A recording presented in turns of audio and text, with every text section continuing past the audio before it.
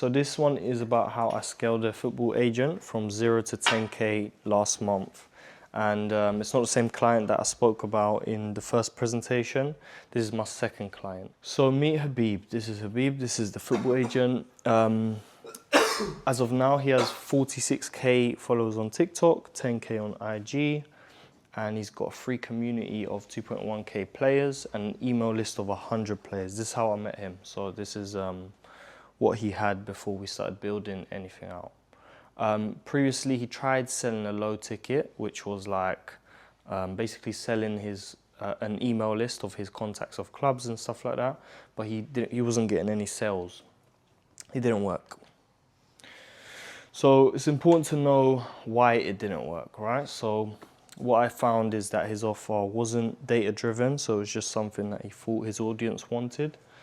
He only relied on page visits. He just expected his audience to click on his page, go to the link in his bio, and just, piff, basically. He didn't really have any email automations or follow-ups, so like basically no lead capture system, so no way to actually, no lead magnet, no nothing like that.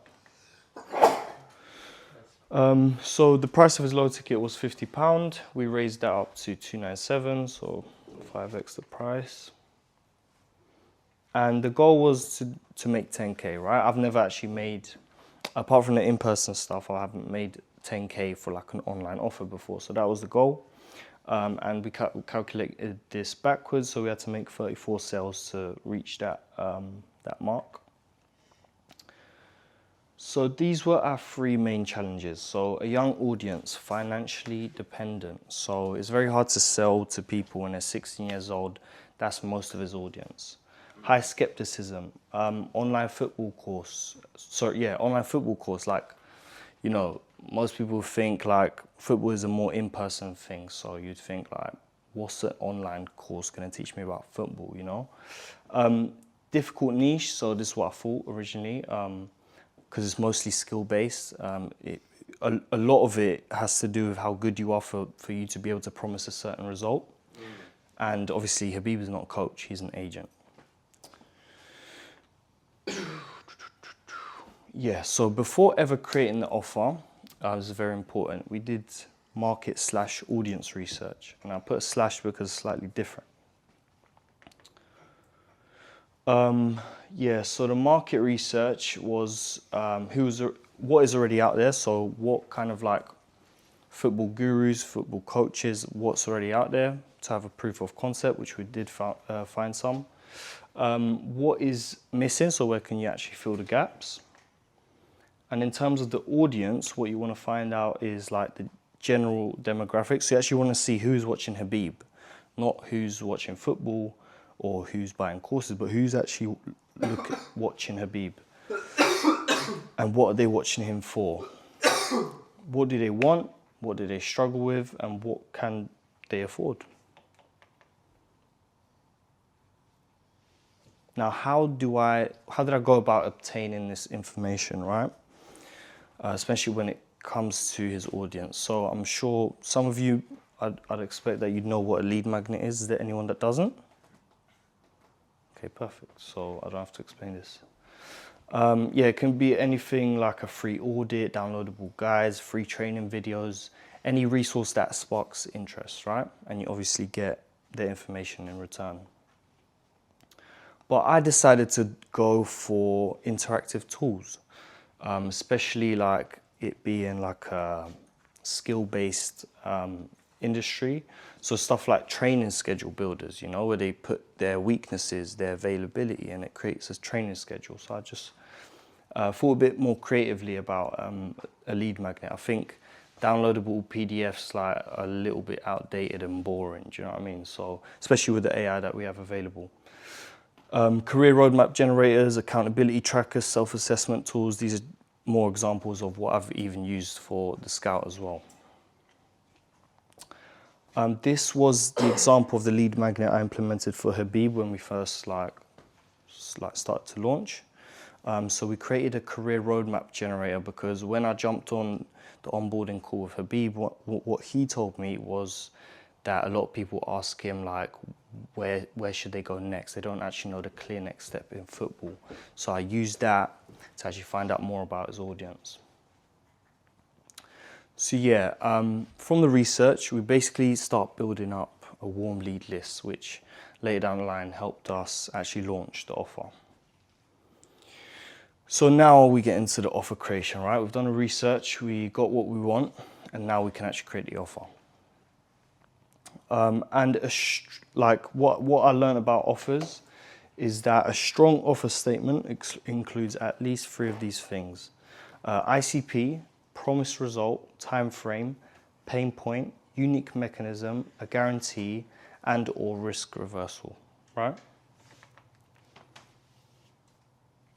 Now this was an example of what we drafted up for him.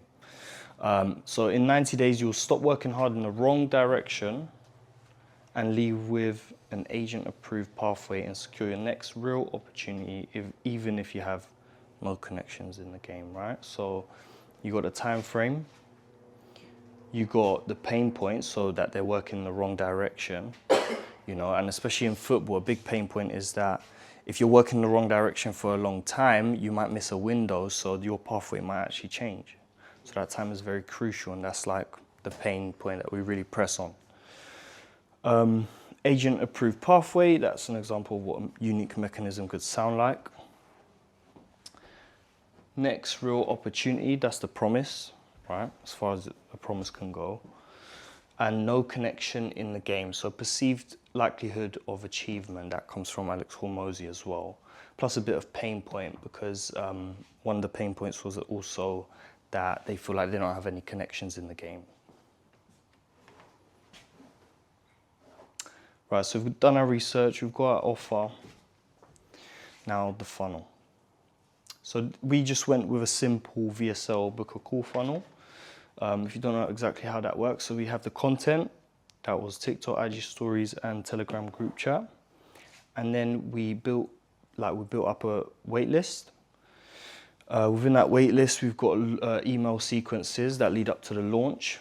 And once we launch, we get them on the VSL landing page. They fill out an application form. They book a call. Then we call them up and make sure that they're actually qualified. And it also increases show rate. And then we had Habib taking a closing call. As you know, an offer for 297 is not always the highest leverage to start onboarding a closer, you know, especially for a capped cohort. So I had the offer owner actually taking a call. This is what the funnel looked like. So we had the VSL. Most talented players never get their shot. Here's the real reason why. Spark some curiosity, play the video. Once they watch the video, they get guided to fill out the form, see if they qualify. First being the qualifying question, you know, the countries that we actually work with. I'll get into an issue that we face, which a lot of people bypass this just so they can book a call. Then they get put onto a page where they actually book a call on the Calendly link. Obviously, we've deactivated it now. And then after that, we got a thank you page so that we prepared them for the call, pre-frame it as well, and also increase the show rate. Now, why the triaging call was so important, right? Because people were booking calls without buying power. So parents, because of the audience, the challenge, made sure that they knew that if they show up without a parent, we're either going to have to cancel or reschedule. Around 50% of the leads were from countries that we couldn't help, so they're disqualified, right? i.e. Africa, and they kept bypassing the type form, so we had to put the triaging in place. Remove time wasters is the main thing, so removing time wasters by doing this. Also making them aware of financial investment so they don't just show up to the call not knowing that this is, you know, a paid program. If over 18, ask if they have a job or money saved up, because, you know, especially for footballers, even if they're 18 or 19, you'll find that a lot of them still don't necessarily have a job. They rely on parent support because they're really all into football. But obviously they're still a very good lead because that's the type of players we want to help. So we've done the research, got the offer, got the funnel. Last thing is the launch strategy. So how did we go about launching this? So we used a method that my mentors taught me, which is the whisper, tease, and shout phase.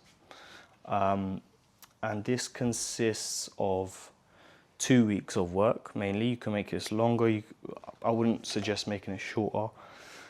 So the wait list, basically whispered. So the whisper phase is about, you just want to let them know that you're working on something, not necessarily say too much, but just let them know, tease the pain point. Like, especially in Instagram stories, you can do like polls, get more information from them and stuff like that. That lasts about a week. And then we start teasing, so showing them a little bit, telling them a little bit about it. That goes obviously into the shout phase, so you're now telling them exactly what this is about. And you activate the VSL, you launch it, and you direct everyone there. Yeah, so in terms of volume of how we went about of putting material across the platforms to actually get the result that we got. So in the whisper phase, we put out material across the platforms every 2 days. Obviously, it can be like different per platform, so it could be this today, that tomorrow, and then every 2 days. When we reached the tease phase, it was like every single day. And then when it's shout, it's like 2 to 3 times a day. So it's like a ramp up, right?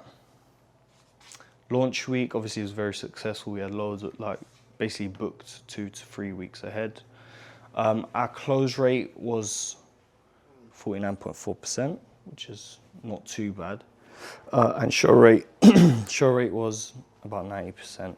So yeah, I think just shows about how important, like, especially the thank you page and the trial gin really helped. So yeah, we actually end up making an extra sale at the end, so we end up with that number. From a niche that originally I thought was absolutely cooked and broke and all these beliefs, but my mentors once told me that, you know, especially when I had these worries, is you just have to find out what they want at a price they can afford, and then you'll print. That's what I took into this, and that's why I believe I got the result I did. And this taught me that research is important, so pain will always be overpriced. So as long as the pain is like very painful, the price shouldn't matter. Positioning is everything. And that's exactly why when we took our first 2 test calls to see if our pitch and offer like resonated, we end up piffing them, right? And organic needs a solid launch strategy, especially that I haven't gone into paid ads yet. So launch strategy, story sequences, very important. Thanks for listening. Any questions?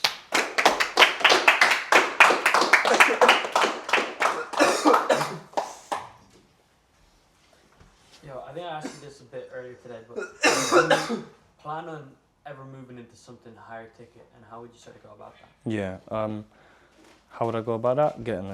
Getting more clients in a better industry.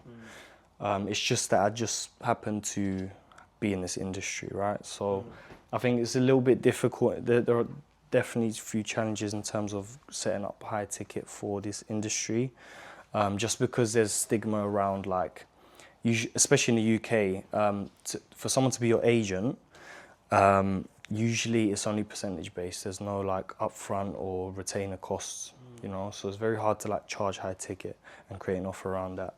What I did find is that there's some demand for people wanting to learn how to become scouts, coaches, or agents, so there could be a high ticket there. So of course that's still really viable. Like, it just means of course you need a bigger volume. So in terms of your volume, are you like currently running, is it ads, No. organic? It's all organic so far, organic. yeah. Fair enough. Yeah, I actually launched a similar offer with the in-person guy, the scout, at completely the same time. We just made under 10K, about 8K. It's more in-person, loads of overheads and stuff like that. But I have a high percentage with him, so yeah. My question is, right, if you're doing all organic, basically means that, because I got the impression that the VSL funnel was for ads and that you also had a different organic funnel. So all of the traffic was literally coming in through TikTok and Instagram. And his Telegram. Yeah, that's pretty good. I like the part with Whisper and that thing. I never saw that. Mm. Yeah. Was it whisper, tease, and shout? Yeah. Hey, whisper. It's like a 2-week launch sequence. And you want to ramp it up, so you want to like, closer you get, you want to like shout at the top of your lungs. It's kind of what you No. did with the mentorship. Or just, no, sorry, not the mentorship, the webinar. Yeah. That's where you do the urgency, like you really push for it, you know? Only 8 spots left. Yeah, literally. This guy's good. Nah, that was high leverage, bro. Thank you.